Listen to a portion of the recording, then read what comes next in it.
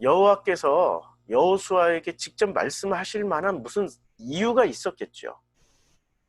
그 모세에게 하셨던 것처럼 이제 여호수아에게 직접 말씀하셔야 되는 그런 상황이 도래했기 때문에 여호와께서 그 여호수아에게 직접 말씀하시는 거예요. 하나님이 사람을 세우고 나면 이렇게 직접 말씀을 해주십니다. 그리고 1장 1절에서 모세가 죽은 후에라고 이렇게 짧게 묘사하는, 저는 이 기록이 참 마음에 들어요. 보통은 백성의 지도자이고 엄청난 역할을 했단 말이에요. 백성의 지도자였고 엄청난 역할을 했는데, 그런데 이 엄청난 역할을 했던 이 모세의 죽음을 이렇게 짧고 간결하게 아무렇지도 않은 듯이 딱 묘사를 하고 넘어갔다라는 거. 이래서 성경이 참 읽으면 읽을수록 참 마음에 들어요. 왜? 보통 세상에서는 위대한 지도자가 죽으면 이렇게 한 줄 처리가 가능하겠습니까? 한 줄 처리가 불가능해져요. 엄청나게 화려하게 묘사하고 뭐 아름답게 미화하고 심지어는 있지도 않은 사건까지도 막 만들어서 신화로 만들고 전설로 만들어서 거론을 해줘야 된다고. 그게 그 이제까지 인간들이 해왔던 어떤 습성들이라고요. 뭐 김일성이나 뭐 쿠바에 누가 그 죽었을 때 김일성이나 이런 이 공산당에서 위대한 지도자들이, 그들 나름대로 위대한 지도자들이 죽었을 때는 어떻게 시체를 살아생전보다 더 아름답게 꾸며가지고 화장 다 시키고 방부제 처리해서 다 그 관에다 넣어놓고 유리관, 투명 유리 위에서 보면 다 보일 수 있게. 죽고 나서도 신격화 시키잖아요. 우리 교주님도 마찬가지고. 이만희 어제 뉴스 봤더니 자기 죽고 난 후에 애를 준비하기 위해서 무슨 뭐 박물관 하나를 세운다고 그러더라고요. 자기 시체는 다 벌써 영생을 위해서 방부제 처리해가지고 이렇게 똑같이 이 공산당의 지도자와 같이 그런 포지션으로 가는 게 인류사잖아요. 인류사의 어떤 데이터였잖아요. 그런데 1장 1절에서는 너무 심플하게 묘사해버려요. 여호와의 종 모세가 죽은 후에, 그냥 모세가 죽은 후에 요거 하나로 딱 간결하게 처리해버립니다. 그리고 모세를 어떻게 설명하냐면 여호와의 종이었다. 이러면 얼마나 심플해요. 여호와의 종 모세다. 야, 이거 하나면 충분하지 않아요? 여호와의 종 모세였어. 그리고 이 종이란 단어를 보면 종이 이게 에베드라는 단어예요. 에베드는 창세기 9장 25절에 나옵니다. 에베드가 이에 가로되 가나안은 저주를 받아 그 형제의 종들의 종이 되기 원하나이다. 그러니까 종들이라고 말할 때, 그리고 이에 바로가 그를 인하여 아브라함을 후대함으로 아브라함이 양과 노비와, 그러니까 노비 할 때 이 종, 그러니까 이 종이란 단어는 에베드는 그냥 확실하게 이 에베드는 확실하게 노예, 신분 뭐 이렇게 확실하게 가로가 내 주여, 가로되 내 주여 내가 주께 은혜를 입었사오니 원컨대 종을 떠나 지나가지 마옵시고, 이거는 천사들에게 했던 말씀이란 말이에요. 그러니까 여호와의 종 모세가 이럴 때는 왜 종이라는 표현을 썼을까? 여호와와 동행했던 모세가 라고 표현을 하지 않고 여호와의 종, 여기는 굉장히 그 어떤 의도적인 장치가 들어가 있는 거죠. 여호수아와 여호와의 관계가 어떤 관계가 되어야 한다라는 것을 모세를 소개하면서 말씀하는 거죠. 여호와의 종 모세가 되었던 것처럼 여호와의 종 여호수아가 되기를 바라는 이 간절함이 담겨 있는 거예요. 1장 1절에서. 만약에 여호수아가 여호와의 종이 안 되면 어떻게 되겠어요? 그거 참 곤란한 일이 벌어질 거 아니에요? 실제로 사울 왕이 그 여호와의 종으로 선택을 받았는데 그가 종 노릇을 했습니까? 왕 노릇만 했지? 그렇잖아요. 그래서 사울을 폐위시키고 다윗이라는 어린아이를 어린 시절에 안수를 해서 여호와의 종 그 다윗으로 만들고 있지 않습니까? 그리고 그 여호와의 종 다윗을 여호와는 그 후에 그분이 다윗이 돌아가시고 나서 어떻게 표현하냐면 내 사랑하는, 이게 꼭 붙입니다. 한번 찾아볼까요? 다윗에 대한 이 소개가 뒤에 가서는 엄청 화려하게 소개가 됩니다. 그러니까 나의 종, 내가 사랑하는 다윗만큼 안 됐더라. 뭐 이 역대 상이나 하 혹은 그 열왕기 하에 가면은 엄청 많이 나오죠. 자, 이게 지금 엄청 많이 나옵니다. 800번이 넘게 나오니까 페이지 2, 페이지 3, 페이지 역대상에서 보면 역대 하나 역대상에서 보면 이런 다윗에 대한 소개가 페이지 3 정도에 나올 것 같으네요. 역대 열왕기 하에 보면은 어떻게 소개하고 있어요? 그 다윗을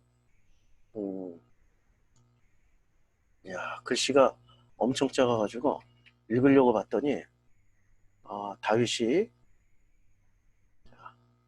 이에 여호와께서 다윗을 내 사랑하는 아들 뭐 종 이렇게 다윗을 소개를 할 텐데 온 회중에 여호와가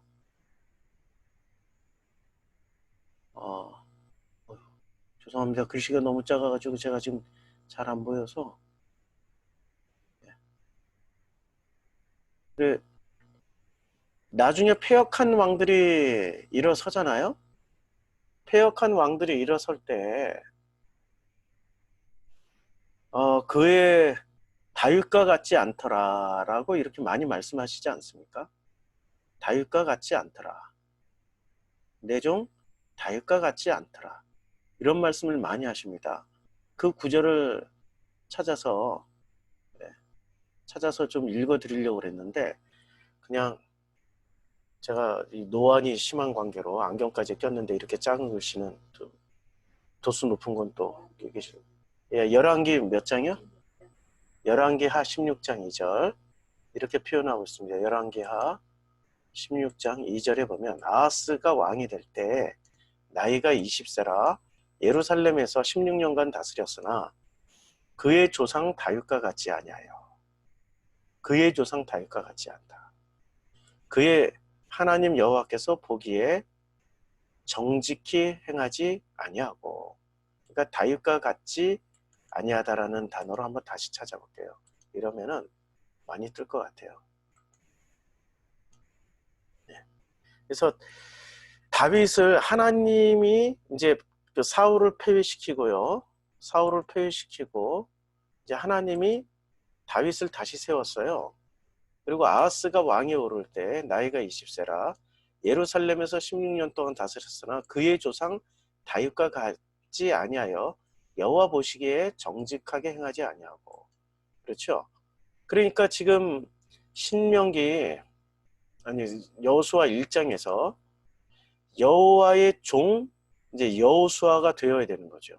여호와의 종 모세가 되었던 것처럼 여호수아도 여호와의 종이 되어야 되는 거죠. 이 종을 나중에 하나님이 어떻게 표현을 해요? 다윗처럼 그의 조상, 다윗을 조상이라고 표현하는 거죠. 조상 다윗과 같이 아니하더라. 이렇게 표현을 해요. 그리고 나의 사랑하는 종 다윗과 같지 않더라. 다윗과 같지 않더라. 이렇게 표현하는 거죠. 그러면 모세와 같으려면 여호수아는 일단은 신분 포지션이 여호와의 종이 되어야 되는 겁니다. 그런데 요새 이 종님들이 얼마나 높으십니까? 종의 기능은 섬기는 거예요. 섬기는 거죠. 기본적으로 종은 섬기고 최선을 다해서 그 주인의 뜻에 따라 살아가는 게 그게 종의 포지션이란 말이에요. 근데 우리 당회장님들은 스스로를 종이라 부르시면서 여호와를 섬기는 게 아니라 자기 자신을 섬기잖아. 아니면 교회라는 시스템을 섬기잖아. 교회를 섬겨서 교회를 성장시키는 것만이 그것이 하나님께 영광 돌리는 거라고. 그거 착각입니다. 우리가 기초 성경 공부 때 했잖아요. 그래서 경영학과 출신의 MDB들은 스카우트 1호 대상, 장로들이 대형 교회 세우기 위해서, 교회 관리 잘하게 하기 위해서 스카우트에서 1위가 되는 거죠.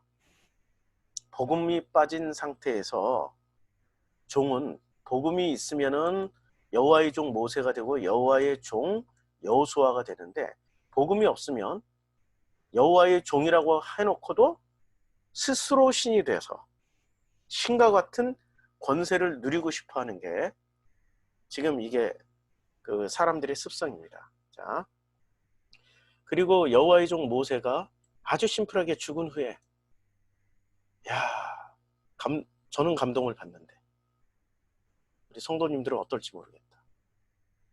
죽은 후에 그 어떤 화려한 장식, 꽃장식, 화려한 미사 여구 없이 아주 심플하게 여호와의 종 모세가 죽은 후에, 하나님이 이런 분이시라는 거예요. 하나님이 모세를 그냥 기가 막히게 막 살려주고 높여주고 이런 분이 아니시라는 거야. 여호와의 종 이거 한마디면 끝났고 모세가 죽은 후에 이거 한마디면 끝나는 거야. 보통 이것을 제가 종교식으로 다시 좀 늘려서 설명하면 이렇게 해요.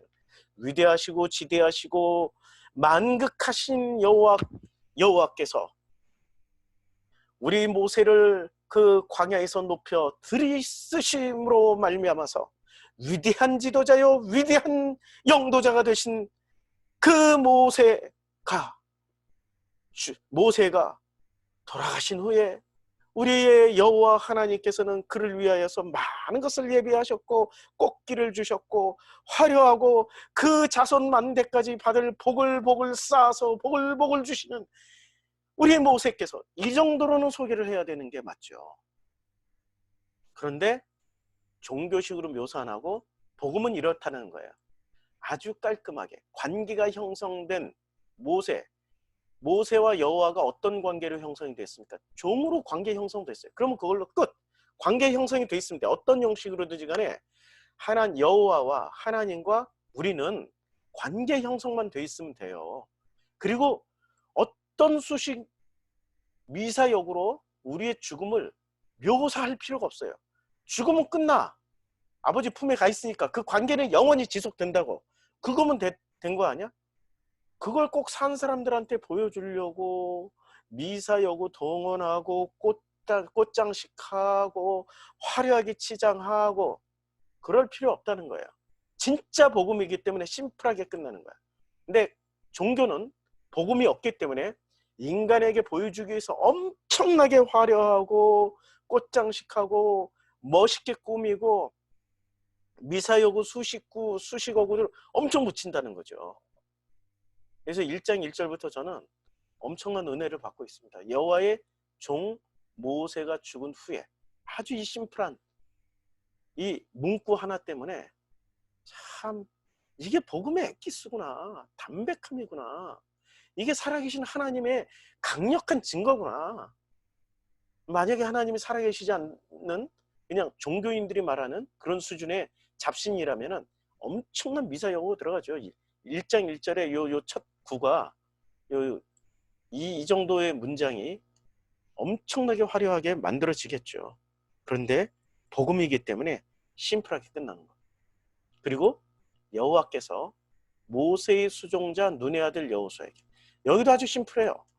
당신과 모세의 관계를 여호와의 종 모세라고 표현하였던 것처럼 여호와께서 모세의 수종자 눈의 아들 여호수아에게, 이게 모세의 수종자였어요. 자, 수종자를 한번 단어를 살펴볼까요? 수종자라는 단어를 여호수아 1장 1절. 자, 여호수아의 수종자, 여기는 시종자라고 되어 있는데 샤라트입니다. 이 샤라트는 하인이나 경배자로서 수종 들고 상징적으로 공헌하고 섬기다, 봉사하다, 뭐 시종 들다 이렇게 되어 있는데 성경이 언제 처음으로 쓰여졌냐면 창세기 39장 4절에 쓰여졌네요. 요셉이 그 주인에게 은혜를 입어 섬기는 겁니다. 그러니까 은혜를 입어 섬기는 것, 스스로 섬기는 거죠. 그가 요셉으로 가정의 총무를 삼고, 그러니까 섬긴다. 이게 샤바트, 이게 섬기다. 그다음에 40장 4절도 시위대장이 요셉으로 그들에게 수종하게 하매, 요셉이 그들을 섬겼더니 이제 섬기는 거죠. 자, 그러니까 감옥에서 섬기는 거죠. 출애굽기에서 이게 이제 모세 오경이니까 광야에서 일어났던 일이고, 그러니까 광야에서는 어떻게 쓰여졌는지 보죠. 출애굽기 24장 13절에서 모세가 그 종자 여호수아와 함께 일어나. 그러니까 종자라고 번역했는데 시종 드는 사람, 이제 주로 여호수아에게 썼던 거죠. 이 샤바트가 아론이 입고 여호와를 섬기러 성소에 들어갈 때, 여호와를 섬긴다라 할 때 샤바트를 쓰는 겁니다. 28장 41절도 아론이 그의 아들과 회막에 들어갈 때나 제단에 가까이 거룩한 곳에서 섬길 때 이때 샤바트를 쓰는 겁니다. 섬길 때, 요게 샤바트. 자, 샤바트는 섬기다. 그러니까 여호와께서 모세의 수종자, 이 수종자가 모세를 섬기고 있었던 눈의 아들 이제는 여호수아에게 말씀하시는 겁니다. 여기가 권력이 이양되는 장면이에요. 아, 이것도 1장 1절에서 이렇게 짧게 처리를 해버려요. 권력이 이양되는 장면에 보통은 종교나 이 세속의 권력이나 이런 것들은 엄청나게 길고 상세하고 멋있고 우아하고 화려하고 강력하고 힘있게 아마 묘사를 했을 겁니다. 그런데 복음은 담백해요. 이런 논리입니다. 여호와의 종 모세처럼, 모세였는데, 그러니까 이걸 다르게 설명할게요. 모세의 종, 수종자, 눈의 아들 여호수아가 여호와의 수종자 종 모세처럼 모세가 죽은 후에 여호와께서 여호수아에게 말씀하셨다. 이걸로 권력 이양이 끝난 겁니다. 할렐루야. 할렐루야. 복잡한 거 없어요. 간단해요. 하나님이 우리에게 임하실 때 이렇게 간단하게 임하신다고. 복잡하게 무슨, 사람들은 성령 체험, 하나님과 동행할 때, 하나님을 체험할 때 엄청난 대단한 기적과 이적을 동반해서 뭐 세상이 바뀌고 하늘문이 열리고 이런 거 기대하는데 심플하게 끝납니다. 아주 심플하게 끝나요. 여호와의 종 모세가 죽은 후에 여호와께서 여호수아에게 말씀하여 이르시되, 이렇게 심플하게 끝낸다고요. 사람들은 여기에 왜 그렇게 화려한 걸 기대를 하냐면 신비주의 기독교가 들어와 있기 때문에. 신비주의는 뭔가를 막 엄청난 체험을, 뭐 내 몸이 떨린다든지 진동한다든지 막 죽을 병이 낫는다라든지 엄청난 환상을 보았다든지 온몸에 막 전율이 느끼는 엄청난 그런 걸 느낀다, 아니면 손을 이렇게 댔더니 막 손에 장풍이 나간다든지 누가 죽은 자가 살아난다든지 병고침 일어난다든지 이런 걸 통해 가지고 하나님이 임하셨구나라고 생각하면 큰 오산입니다. 아주 큰 오산입니다. 하나님이 임하시는 것은 심플하게 임하십니다. 그냥 모세처럼 모세가 죽은 후에 여호수아에게 말씀하면 그걸로 끝나는 겁니다. 할렐루야. 자, 2절. 내 종 모세가 죽었으니. 더 이상 묘사 안 하시잖아요. 주님은 내 종 모세가 죽었으니, 딱 죽었다 한 줄로 이제 너는 이 모든 백성과 더불어 일어나 이 요단을 건너 내가 그들 곧 이스라엘 자손에게 주는 그 땅으로 가라 라고 말씀하십니다. 무슨 말씀을 주셨어요? 여호수아에게 말씀하셨던 내용이 이거예요. 2절, 3절, 4절, 그리고 5절, 6절, 7절, 8절, 9절, 9절까지 말씀하셨어요. 그래서 이 말씀을 들은 여호수아가 10절에 그 백성들의 관리들에게 명령하여 이른 겁니다. 관리들에게. 자, 하나님이 지금 여호수아에게 말씀하셨습니다. 2절부터 9절까지. 자, 그러면 2절에 내 종 모세가 죽었으니 이제 내 종 모세가 죽었다. 참 이 짧은 구절 안에 여호와의 마음과 지금 그 여호와의 이게 지금 이 여호수아의 그 관계가, 자, 그럼 모세는 죽었으면 사라진 건가요? 아니죠. 모세가 죽었으니 모세는 사라진 게 아니라 모세의 수종자 눈의 아들 여호수아에게 바톤 터치가 된 거죠. 누구 안에서 살아있어요? 여호수아 안에서 모세의 그 뜻이 살아있다고, 모세의 그 마음이 살아있다고. 육신으로는 죽었으나 여호수아의 마음 안에는 모세의 마음이 가득히 담겨져 있는 거죠. 그래서 여호와의 종 모세처럼 여호와의 종 여호수아가 될 수 있는 거죠. 그 마음이 담겨 있으니까, 모세의 마음이 여호수아 안에 담겨져 있으니까. 이제부터 지금 현재 시점으로 너는 이 모든 백성과 더불어 일어나라. 이 요단을 건너라. 내가 그들 곧 이스라엘 자손에게 주는 그 땅으로 가라. 야, 드디어 여호수아를 통하여서 하나님이 가나안 정복 전쟁을 준비를 시키는데 일어나. 이렇게 말씀하십니다. 일어나. 건너가. 그리고 그 땅으로 가라. 드디어 동사를 주셨습니다. 행동할 걸 주셨다고요. 2세대 대표에게. 일어나. 건너가. 그 땅으로 가라.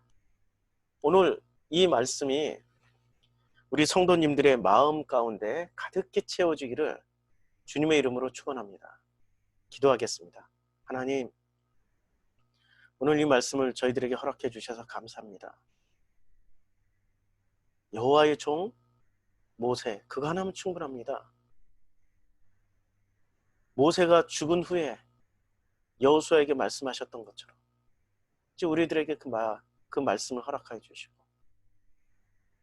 그리고 모세는 죽었지만 모세의 마음을 담은 여호수아처럼 우리가 예수는 부활 승천하셨고 지구상에 없지만 예수의 마음을 담아 이제는 아버지의 말씀을 듣게 허락하여 주시옵소서. 일어나라. 건너가라.